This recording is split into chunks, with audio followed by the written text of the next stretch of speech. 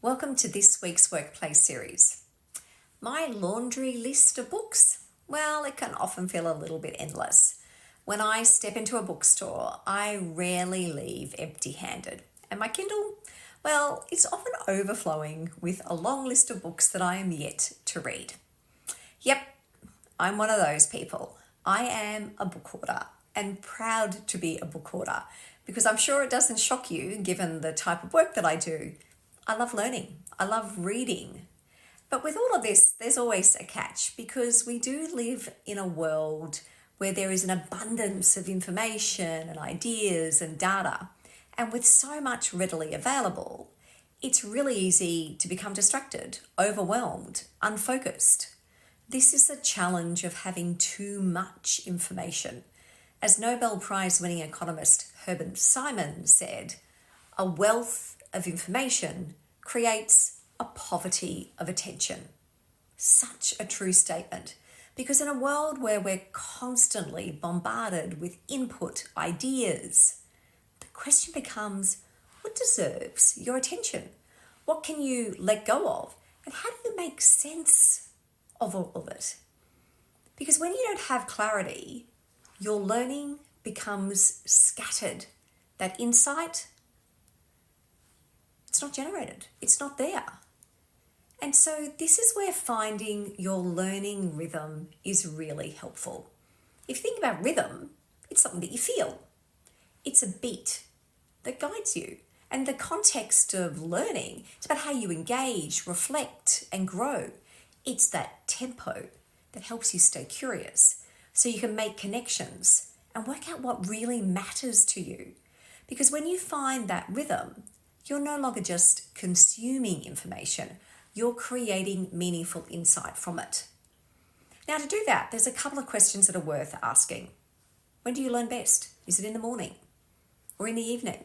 Is it in short little bursts or in long concentrated stretches? Is it through conversation, reading, or is it hands-on? And what's the environment that helps you concentrate and absorb the information, absorb what's in front of you?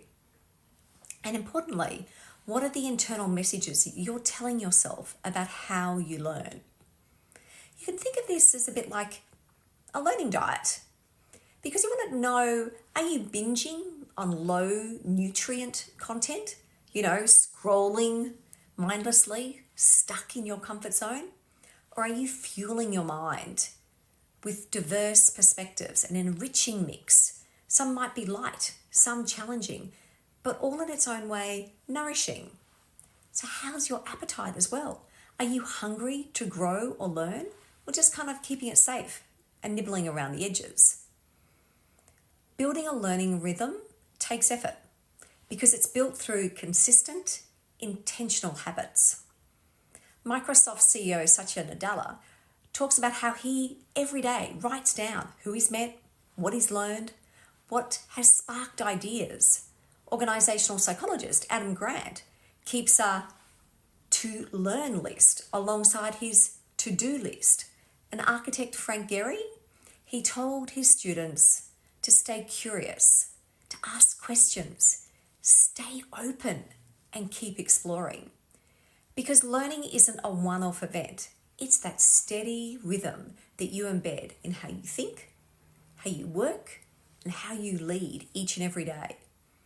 And so when you're finding your rhythm, to do that deliberately, you need to consciously create space. Jeanette Winterson writes about the power of darkness, how sitting in candlelight or in the early morning, that early morning light opens up your space for deeper reflection and creativity.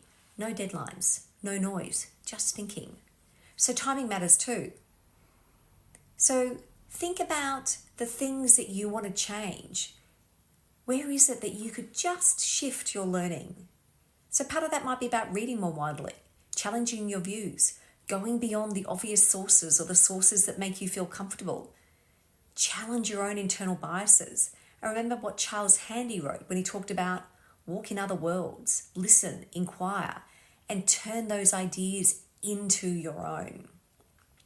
Because when you find your own rhythm, you can then set it, you can nurture it, and you can protect it. Because when your mind stretches, how you see the world is going to change. And therefore what you do every day will change too. Take care. Have a great week. I'll see you next week.